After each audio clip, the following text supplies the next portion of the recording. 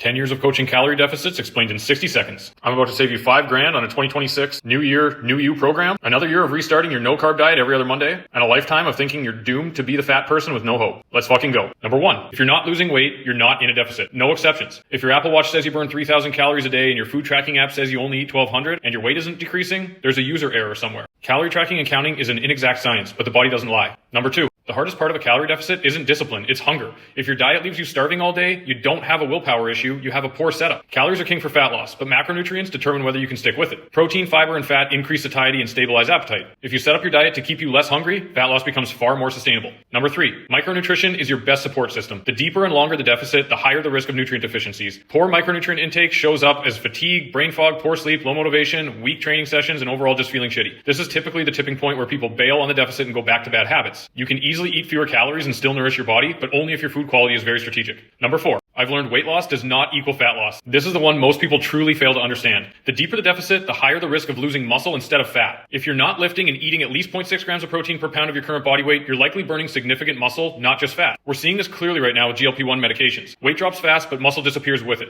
That's bad for metabolism, blood sugar regulation, strength, performance, and overall longevity. If you want to know what you're actually losing, a DEXA scan is the easiest way to figure it out. Number 5, I've learned the golden rule that changes everything. You don't need a daily calorie deficit. Fat loss requires a cumulative calorie deficit, not daily perfection. If you have a hungry day, a party, or a special event, you're not ruining anything coming out of your deficit for the day. Think long game and set your intentions that not every day will be perfect. But your overall deficit consistency is the key. The more consistent, the faster your results. The less consistent, the slower. But either way, it's your responsibility to control this variable. And last but not least, you don't need to starve. I recommend a move more, eat in moderation approach. This way you get all the benefits of moving and eating well, opposed to the discomfort of just being super calorie restrictive. You can create the same calorie deficit with a night and day different experience physically and mentally. Fat loss isn't about suffering more, especially if you want to stick with it. It's about setting up a deficit you can actually live with. Now pay it forward and share this with a family or friend who's trying to make changes that stick this year.